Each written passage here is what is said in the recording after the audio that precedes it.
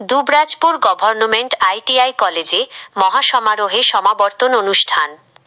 বীরভূম জেলার Dubrajpur government ITI কলেজে আজ 14 অক্টোবর মহাসমারোহে পালিত হল সমাবর্তন অনুষ্ঠান।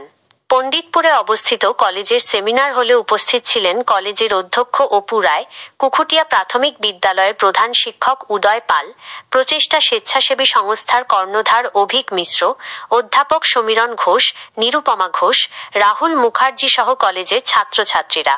প্রদীপ প্রজ্বলনের মধ্য দিয়েই অনুষ্ঠান শুরু হয়। উপস্থিত অতিথিবৃন্দ এরূপ এলাকায় কলেজের ভূমিকা নিয়ে আলোচনা করেন।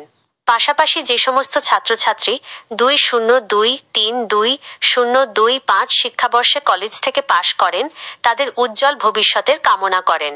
আইটিআই এর বিভিন্ন বিভাগে 105 জন উত্তীর্ণ ছাত্রছাত্রীর হাতে পদক ও সার্টিফিকেট তুলে দেন উপস্থিত সম্মানীয় অতিথিবৃন্দ।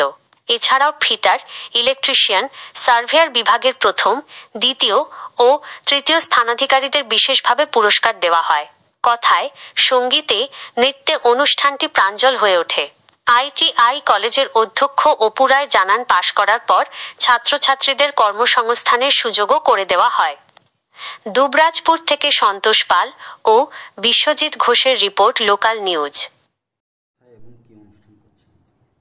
আজ আমাদের দুবরাজপুর গভর্নমেন্ট সংবর্ধনা অনুষ্ঠান রাখা হয়েছিল। তো সেখানে আমাদের 2023-25 সালের স্টুডেন্টরা পাস আউট হয়ে বেরিয়ে যায় এবং তাদেরই আজ পুরস্কার বিতরণ এবং সার্টিফিকেট বিতরণ করা হলো। তো আমরা সার্টিফিকেট বিতরণ করলাম যারা আমাদের ট্রেড ওয়াইজ যারা টপার হয়েছেন, first, second, third, all over topper, যে আমাদের 3টে ট্রেড চলে এখানে, ফিটার, ইলেকট্রিশিয়ান, সার্ভেয়ার, 3টি আমাদের 2 বছরের কোর্স। আচ্ছা, কতজন এই বছর পাস আউট করলেন?